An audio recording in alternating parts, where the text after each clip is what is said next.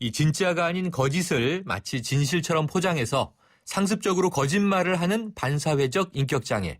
이른바 이것을 허언증이라고 부른다고 하더군요. 이 개인적인 거짓말의 범위를 벗어나서 사회적 논란을 일으킬 수 있는 것은 물론이고 심하면 이 타인을 사칭한 대출이나 사기와 같은 범죄로도 이어질 수 있다는 점에서 이 문제가 좀 심각하다고 하는데요. 잠시 후에 정신과 전문의 최명기 원장과 이야기 나눠보겠습니다. 오늘 문자는 프로그램 들으시면서 생각나는 의견 자유롭게 보내주시고요. 문자 서비스 샵 0945입니다. 짧은 문자 50원, 긴 문자 100원에 정보 이용료가 있습니다. 정면 인터뷰 정신과 전문의 최명기 원장과 함께합니다. 원장님 나와 계세요? 네, 안녕하세요. 네, 안녕하세요. 자, 이게 허언증 이렇게 말씀은 드렸는데 이게 어떤 질병인가요? 그러니까 허언증 자체는 이제 진단은 아니고요. 네. 허언증은 이제 있지 않은 얘기를 이제 꾸며낸다는 의미가 돼요. 아하. 그런데 이제 허언증이 발생하는 상황은 크게 두 가지로 나눌 수 있는데요. 네. 그 얘기를 진짜 본인이 믿느냐, 본인이 안 믿느냐에 따라 달라져요. 네. 그래서 만약에 본인이 진짜 그 얘기를 갖다 있지도 않은 일을 믿으면 그때 이제 망상이 되는 거고요. 네. 이제 망상은 흔히 뭐 조현병이라든가 아니면은 뇌 손상을 받아서도 생길 수도 있고요. 네. 만약에 그 얘기를 자기가 실제로 그게 아니란 걸 알면서 하게 되면은 그때부터는 이제 본인의 어떤 성격장애라든가 아니면은 반사회적 인격장애라든가 아니면은 범죄자의 하나의 행태가 되는 거예요. 네.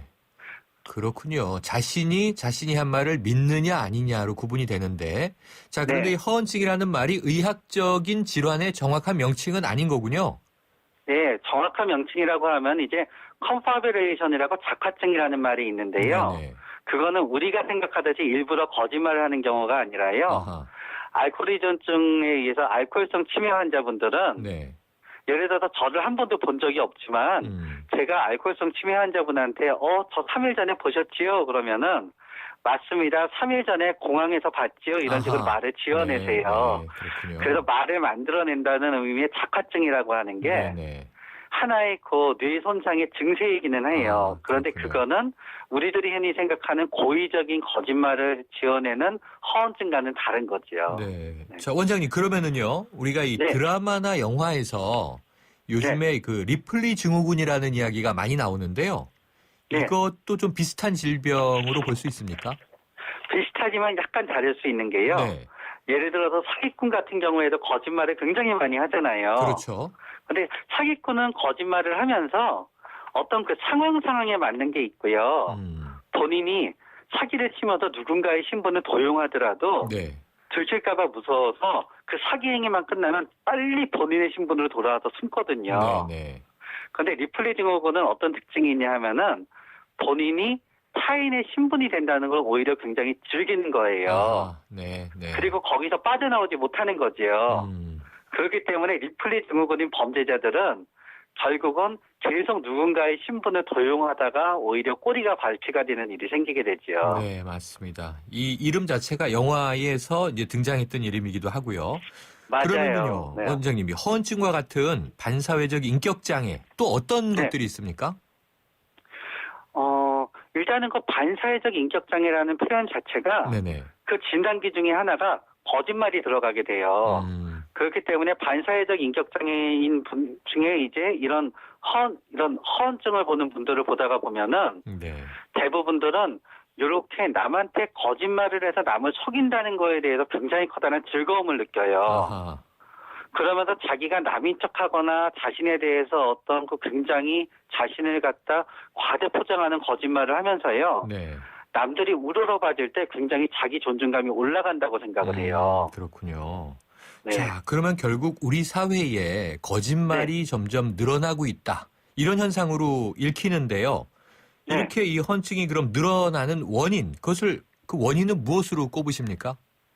일단은 사회가 예를 들어서 과거에는 뭐 학연, 지연 그런 거로 인해서 네. 그냥 한 다리만 걸치면 모두 다 알 수 있는 사회였잖아요. 네네. 그런데 점점 사회가 익명성이 보장이 되면서 거짓말을 하더라도 그게 들키지 않을 수 있는 가능성이 올라갔고요. 네. 옛날에 이제 고도성장 사회에서는 열심히 노력하면은 내가 뭐가 될 수 있다고 생각을 했거든요. 네.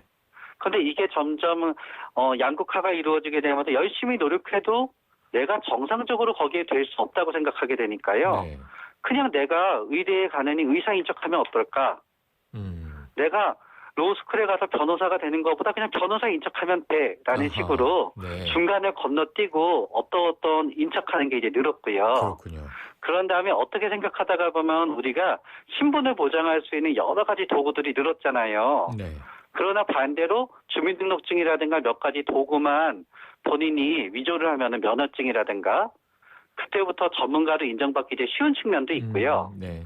또 마지막은 이제 유명인을 사칭하는 경우가 점점 늘어나고 있는데 그거는 유명인의 일거수일투족이 전부 다 페이스북이나 그렇게 전부 공개가 되다가 보니까요. 네, 맞습니다.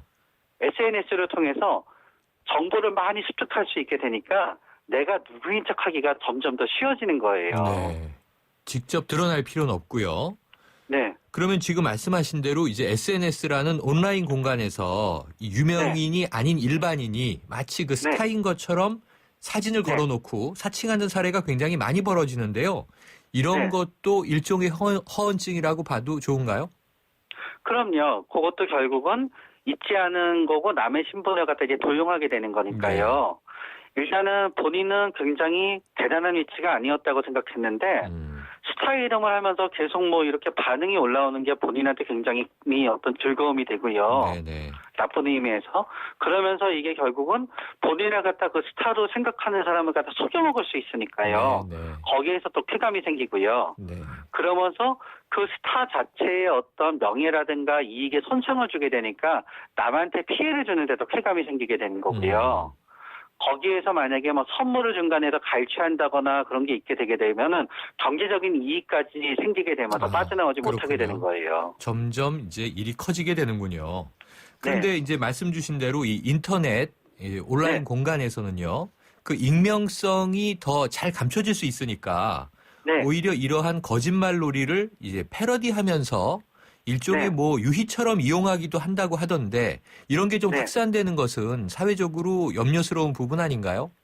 네, 일정 부분 염려스러운 부분이 물론 대부분의 사람들은 이런 거를 한다 그래도 거기에 넘어가진 않아요. 네. 그런데 이런 일들이 있다가 실제로 본인이 뭔가 이렇게 착각을 해서 본인이 실제로 자기를 그 사람으로 착각하게 되면서 어떤 유리한 상황이 생기게 되잖아요. 네. 그런 수없이 이런 일을 하다가 보면은 거기에 이제 넘어가게 되는 사람이 생기게 되고요. 네. 그때는 이제 바늘도둑이 소도둑된다고요. 조금씩 이러다가 본인이 가장 이제 불행해지게 되지요. 피해받는 사람들도 배신감을 느끼게 되지만요. 네. 원장님 그래서 좀 걱정되는 게 뭐냐면요. 이게 특수한 범죄 사례라면 모를까 이게 일반화되고 좀 보편화되는 게 우려스러운데 요즘에 취업준비생들이 이제 하도 취업이 힘드니까 자기소개서를 쓰다 이제 자소서를 쓴다 이렇게 이야기를 해서 자기에 대한 소설을 쓰기 시작을 하는 경우들이 많다고 하던데 결국은 취업을 위해서는 거짓으로 자기소개를 해도 이제는 죄책감을 느끼지 않는 경우가 많아진다고 하네요. 그럼 이것도 같은 맥락의 한 현상으로 파악할 수 있습니까? 네, 그렇죠. 왜냐하게 되면 결국 죄책감이라고 하는 거는 이제 윤리에서 생기게 되는데요. 결국은 항상 나는 피해만 받아왔어. 어차피 뭐 취직하고 그러는 거는 뭐 백이 있거나 아니면 배경이 좋은 애들이 전부 다 가져가. 어차피 나한테는 기회가 올 것도 없어. 나는 그냥 요거를 속이는 자그마한 뭔가 부정을 저지르는 거지만 세상에는 어차피 청탁을 넣어서 더 큰 부정을 저지르는 사람이 많아. 난 아무것도 아니야. 이러다가 보면은요. 죄책감이 없어지게 되면서 남들도 다 하니까 나도 안 할 수가 없어 라고 하면서 점점 그렇게 되는데요. 문제는 그렇게 꾸며낸 자술서가 결국은 입사 담당자들은 수도 없이 보다가 보니까요. 어느 정도는 걸러지는 또 면도 있어요. 그렇군요. 네. 그럴 가능성이 있네요. 어쨌든 이것도 우리의 사회적인 병인 만큼 우리 모두의 관심이 필요할 것 같습니다. 원장님 오늘 말씀 감사합니다. 네, 감사합니다. 지금까지 정신과 전문의 최명기 원장이었습니다.